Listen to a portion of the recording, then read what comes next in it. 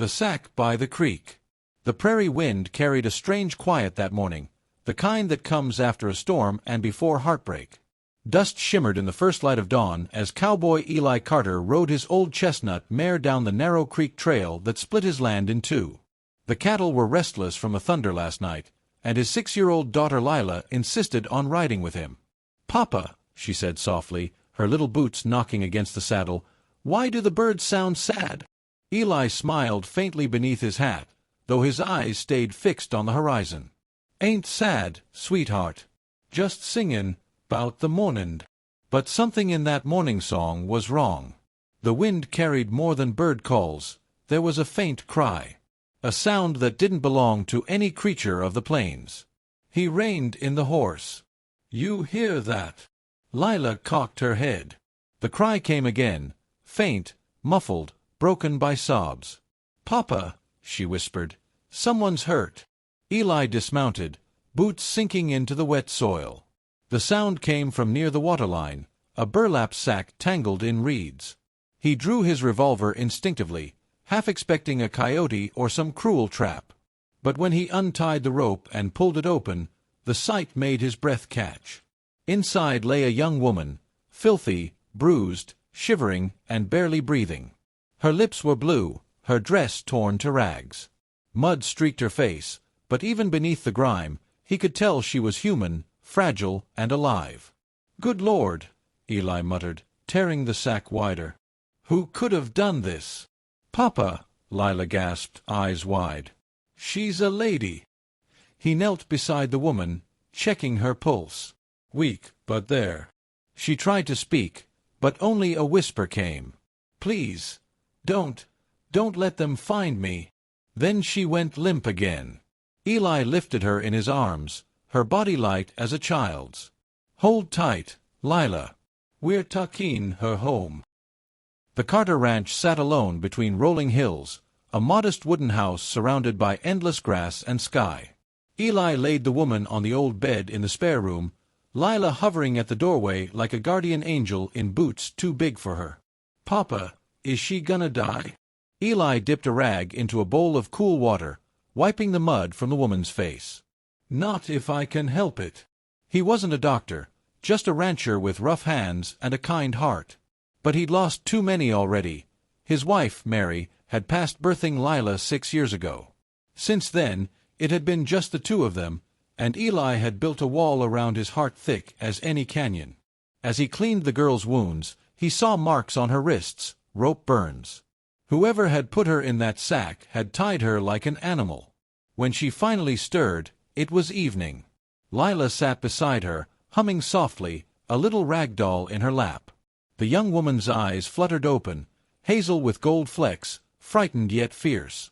She tried to sit up, but Eli's gentle hand stopped her. "Easy now," he said softly.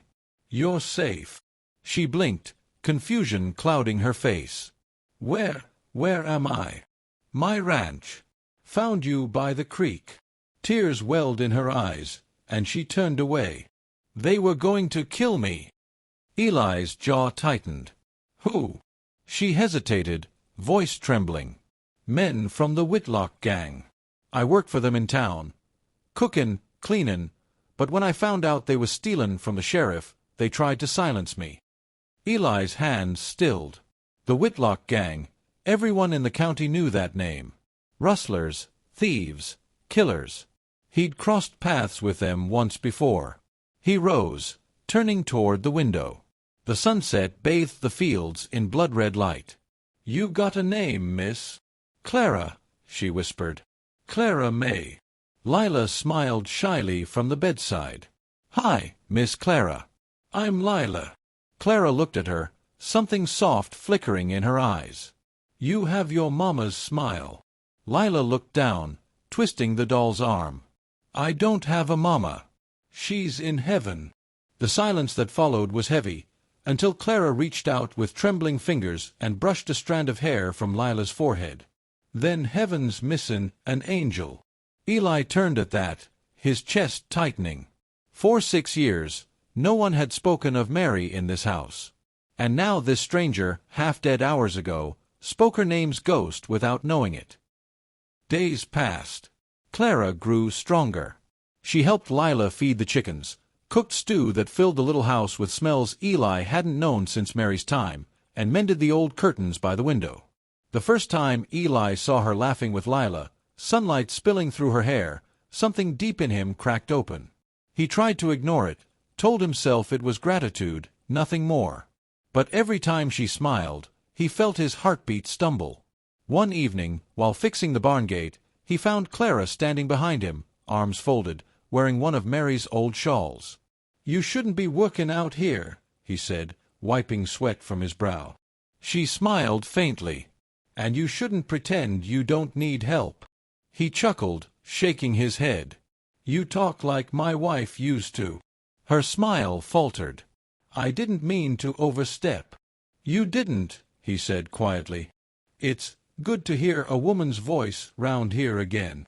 For a moment the wind died, and they just stood there, two souls who'd both been buried by loss, now somehow alive again. That night, as Clara tucked Lila into bed, the little girl looked up at her with sleepy eyes. "Miss Clara." "Yes, darlin'."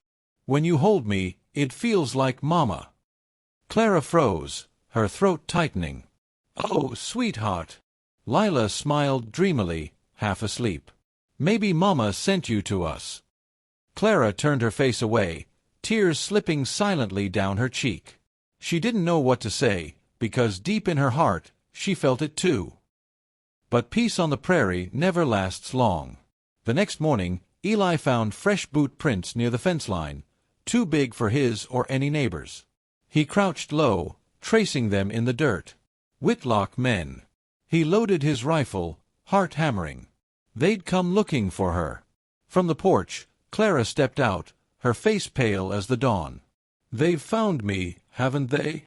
He nodded grimly. "But they ain't talking you again." She looked at him, really looked, seeing the man beneath the weathered hat and scarred hands.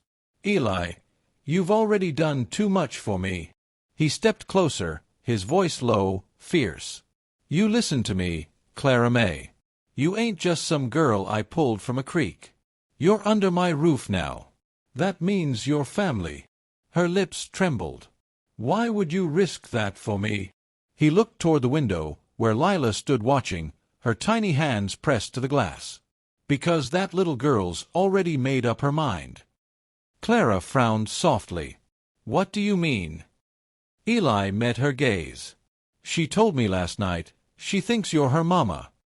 Tears welled in Clara's eyes. "Oh, Eli." He reached for his hat, jaw set. "Let's make sure she don't lose another one." As he strode toward the barn to ready his rifle, the wind carried the echo of Lila's innocent voice from inside the house. "Papa, she is my mama." And for the first time in years, Eli Carter felt hope rise like the sun over the plains, fragile, blinding, and fierce enough to fight for. Blood and blossoms. The air turned dry and tense that evening, the sky a bruised purple as storm clouds gathered over the hills. The prairie had gone still again, not a cow lowed, not a bird sang. Only the restless wind whispered warnings across the grass. Eli Carter loaded his Winchester with steady hands. Each click echoed through the barn like thunder.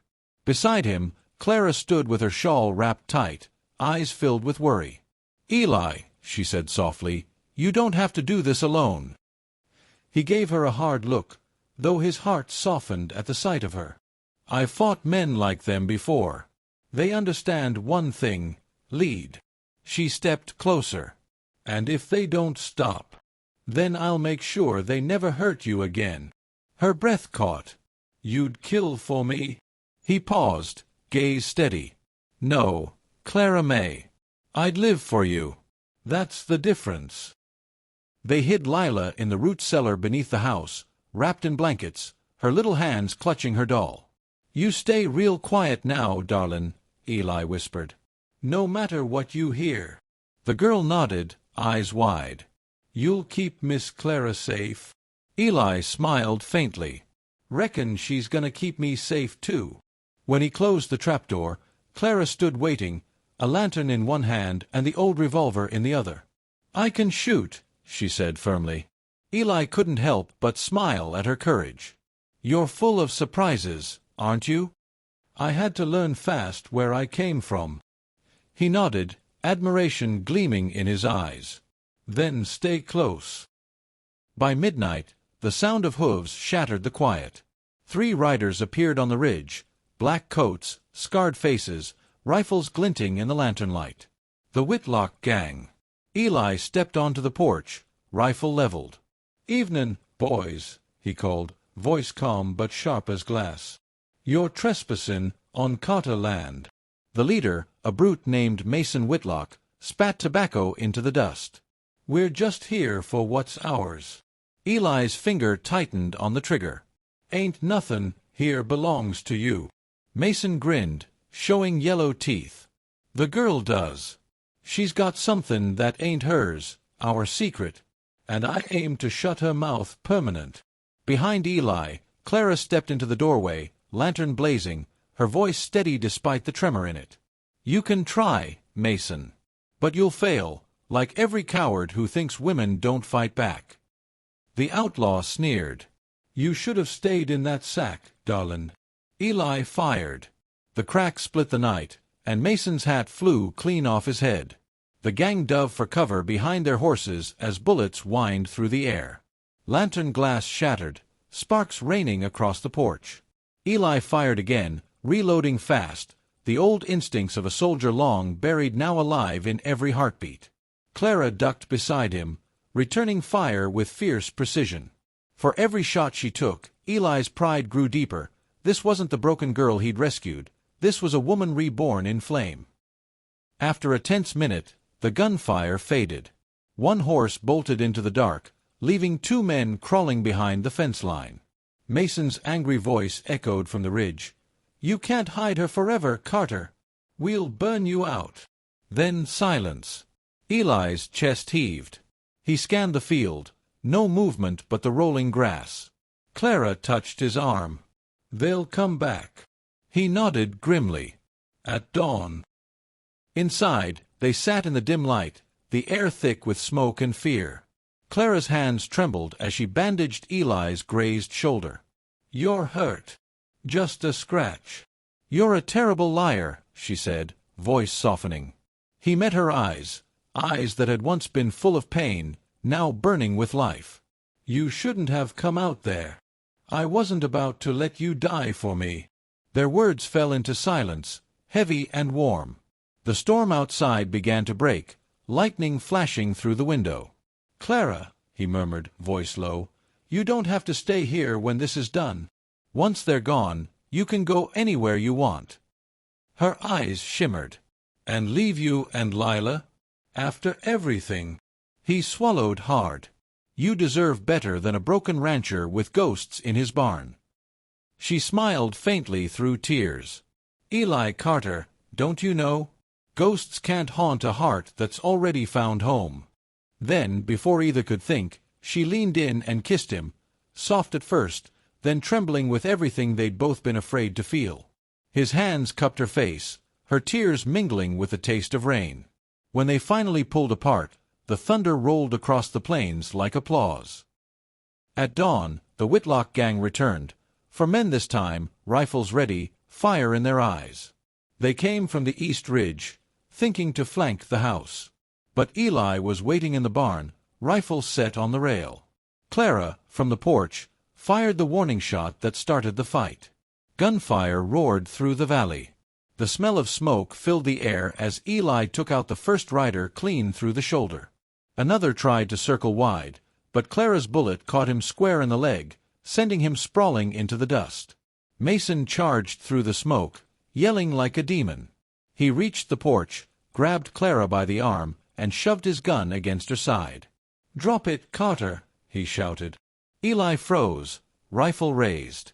His heart pounded so loud he could barely hear the wind. "Let her go," he said. Mason sneered. "Not till I finish what I started."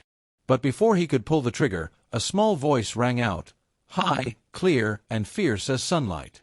"Let my mama go." Lila. She'd climbed out of the cellar and stood in the doorway, holding Eli's old pistol with both tiny hands. Mason turned, stunned. That hesitation was all Eli needed. The rifle cracked once. Mason fell, eyes wide with disbelief, dust swallowing his last breath.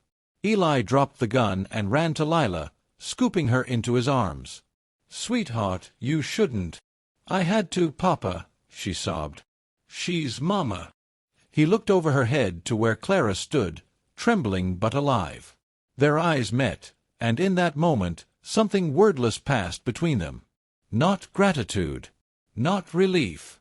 Something older, truer, a vow written in the quiet between heartbeats. By sunset, the sheriff's men had come and gone, the Whitlock gang buried far from Carterland. The ranch was quiet again. Smoke rose from the chimney, and laughter, real laughter, drifted out into the open sky. Clara sat on the porch swing, Lila curled against her side. Eli stood in the doorway, watching them with a look that could soften stone. "Papa," Lila said sleepily, "can Miss Clara stay forever?" Eli smiled, the first full smile in years. "What do you think, Clara May?" Clara met his gaze, eyes glowing with something like peace. "I think I already did." He walked to her, took her hand, and kissed her knuckles, rough, tender, reverent. "You belong here. Both of you do." As the last light faded over the prairie, the wind carried the scent of wildflowers and rain. For the first time since Mary's passing, the Carter Ranch felt like home again, not haunted, but alive. And if you listened close, you could almost hear a whisper in that wind, soft as a mother's sigh. "She's home now."